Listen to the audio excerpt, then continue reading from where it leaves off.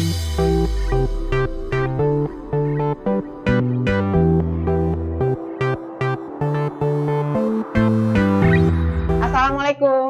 Waalaikumsalam warahmatullahi wabarakatuh.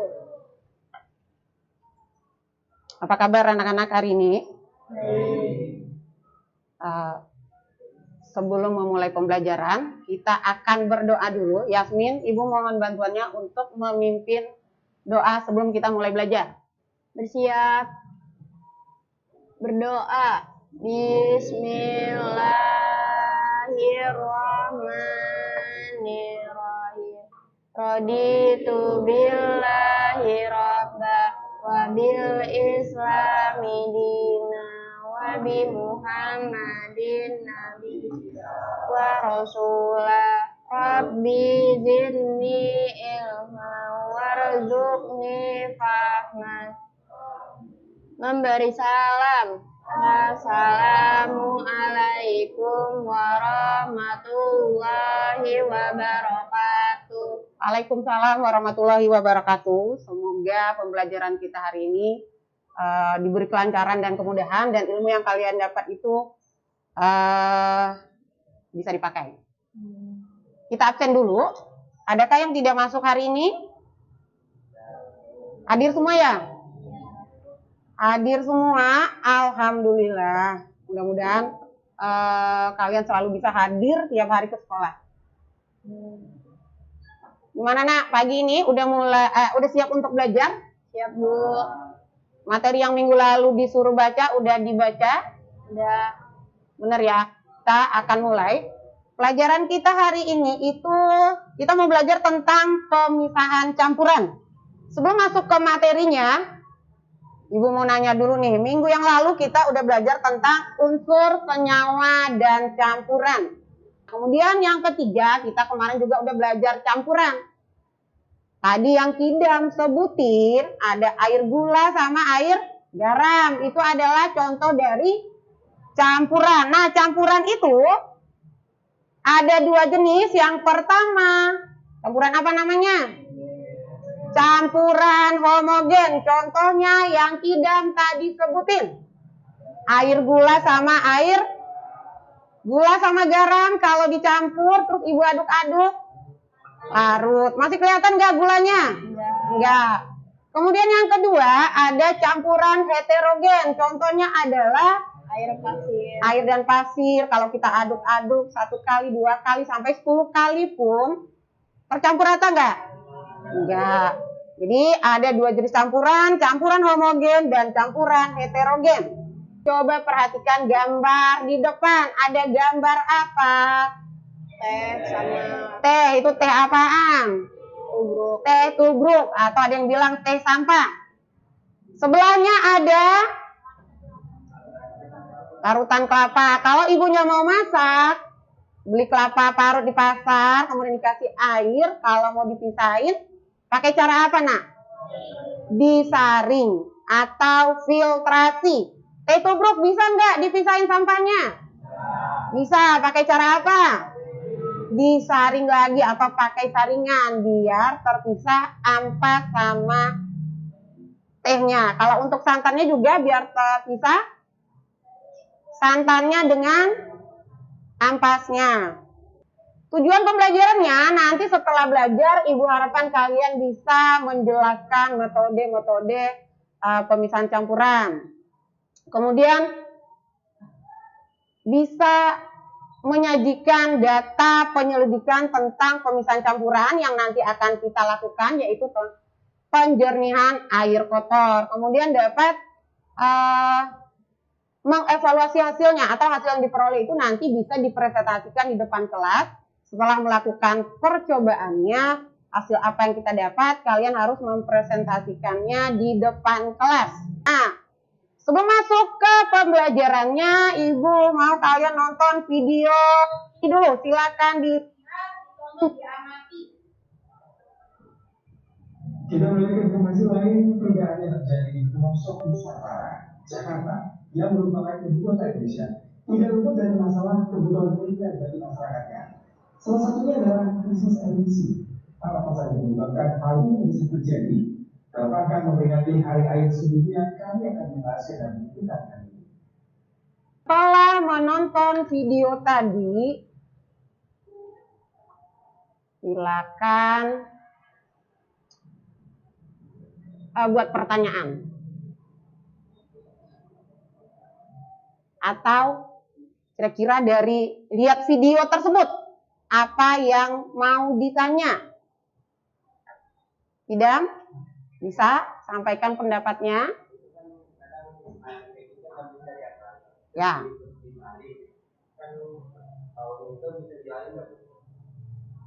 Air kotor bisa dihilangkan nggak baunya? Ada pertanyaan berikutnya? Riana, silakan. Mengapa air bersih susah didapat? Satu lagi pertanyaan, kira-kira ada yang mau bertanya? Nah, bisakah air kotor menjadi air bersih? Dari 3 pertanyaan tersebut, kita akan merumuskan suatu masalah di mana nanti masalah itu akan kita selesaikan dalam proses pembelajaran kita ini. Siapa yang mau mengajukan pendapatnya? Rumusan masalah apa yang bisa kita tuliskan untuk masalah krisis air bersih yang ada di Jakarta? Jadi kita rumuskan suatu masalah, dapat masalahnya, rumusan masalahnya. Bagaimanakah membuat air kotor menjadi air bersih? Nanti kalian akan praktek. Air kotor udah disiapin. Sekarang silakan duduk berkelompok. Seperti kelompok yang udah ibu bagi di grup kelas. 2 meja dirapatkan. Bangkunya dikeluarin dulu. Nanti yang 2 hadap ke belakang. Silakan duduk menurut kelompoknya masing-masing. Udah duduk di bangku masing-masing. Ibu akan bagikan LKPD-nya, silakan dibaca dulu. Setelah dibaca, kalau belum paham, silakan bertanya.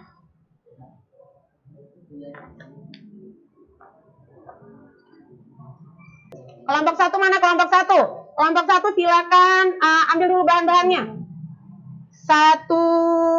Semuanya satu-satu. Nanti diaduk dulu ya, kalau mau dimasukin. 2. Kalau ininya 2. Kamu bantuin nak, Kidam. Ininya 2, itu yang di tempat itu semua jenisnya 1. Kamu lanjutin. Mau apa lagi? Batunya banyak tuh. Dia jumlahnya sama. Semua kelompok itu sama, 1 wadah. Jangan dimasukin semuanya aja boleh.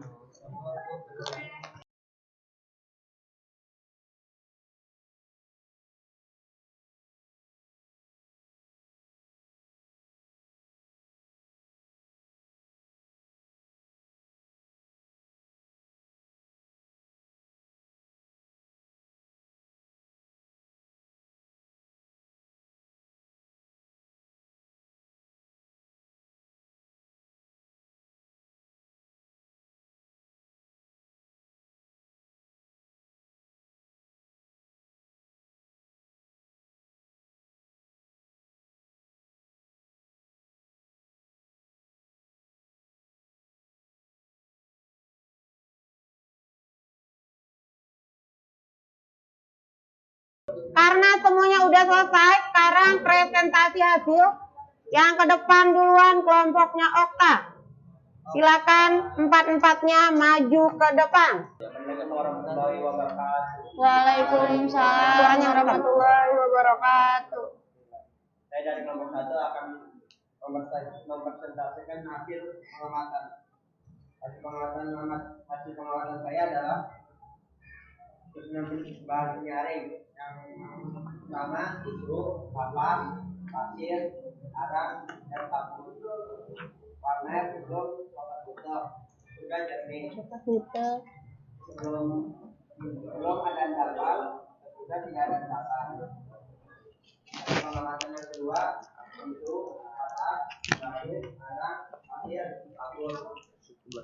Warna air sebelumnya kotak tutup, sudah sedikit kekuningan. Endapan sebelum ada dan sesudah tidak ada. Percobaan yang telah dilakukan adalah tujuannya untuk menghasilkan air jernih dari air kotor. Kalau fungsi dari batu dan kerikil itu untuk menahan material-material dengan ukuran yang besar. Kalau arang itu untuk menghilangkan bau. Kalau pasir itu untuk menahan endapan dari lumpur atau partikel kotornya.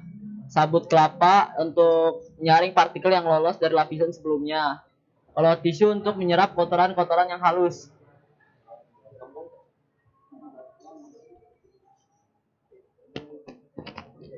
Perbandingan hasil yang didapat dari percobaan 1 dan percobaan 2. Percobaan 1 itu hasilnya bersih dan jernih. Pada percobaan kedua itu jernih tapi kekuningan. Coba dari kelompok lain ada yang mau bertanya, silakan. Yasmin, silakan.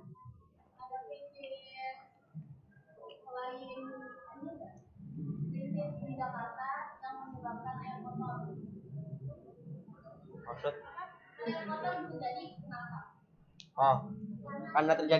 Karena banyakkan orang yang tidak menghemat air, mengeberambutkan air, membuang-buang air dengan sengaja, memakai air tidak dimatikan, terus ngebuang air cucian bukan pada tempatnya, ya jadi limbah. Kelompok lain adakah yang mau bertanya? Silakan. Ibu yang bertanya, tadi dari percobaan 1 sama percobaan 2 yang lebih jernih? Apa susunannya? Susunannya itu ada Tisu, kapas, pasir, batu, sabut, Tisu sabut ditutup dengan tisu. Oke.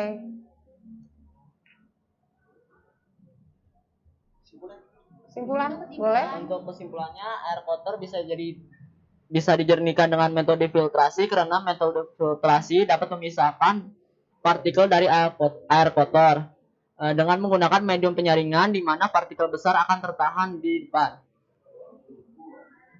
Silakan ditutup.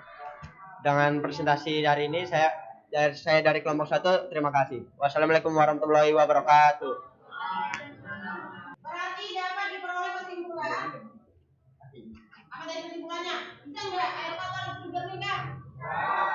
Kesimpulannya air kotor tersebut bisa dijernihkan.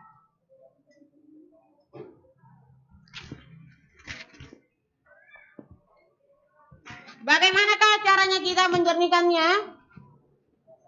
Dengan menggunakan metode filtrasi. Dari 4 kelompok yang melakukan percobaan, masing-masing 2 percobaan yang berbeda. Tadi didapat yang paling jernih adalah hasil kelompok Okta. Tepuk tangan untuk kelompok 1. Sekarang Ibu mau bertanya, pembelajaran ini itu seperti apa? Menurut kalian? Menyenangkan? Lagi seru? Kenapa menyenangkan? Karena ada prakteknya. Biasanya kita kalau belajar teori terus soal gitu ya. Untuk minggu depan kalian silakan pelajari materi berikutnya tentang pemisahan campuran yang kedua, yaitu tentang nanti kita mau belajar sublimasi. Dibaca dulu materinya, bisa dari buku Project IPASI yang udah dibagikan. Sebelum kita tutup, kita akan melakukan evaluasi dulu. Silakan handphonenya dikeluarin. Soalnya, link soal akan Ibu kirim di grup kelas.